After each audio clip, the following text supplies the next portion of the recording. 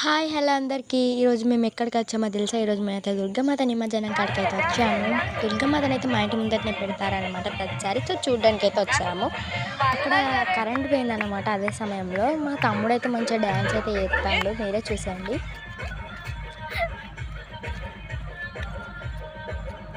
చూడు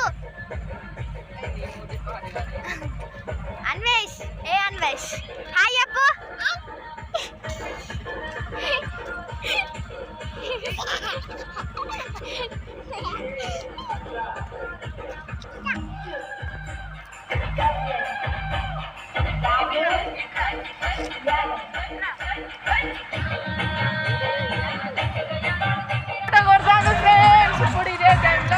సో మా కాడన అయితే సాటర్డే చేస్తున్నారన్నమాట నిమజ్జనం. మీ కాడనైతే ఎప్పుడు చేస్తారో కామెంట్లో పెట్టండి.